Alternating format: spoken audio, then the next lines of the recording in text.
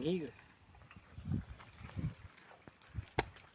सुरुवातीच्या पिरियडमध्ये आपल्याला जर वाळलेला चारा जमा करायचा असेल आणि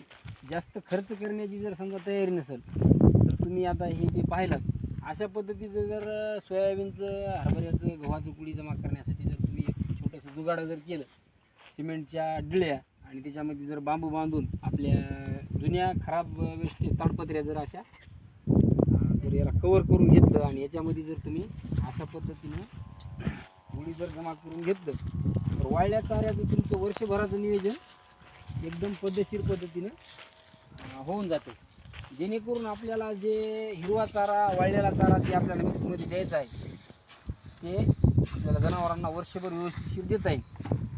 तर कमी खर्चामध्ये वाळलेला चारा साठवण्यासाठी अशा पद्धतीचं तुम्ही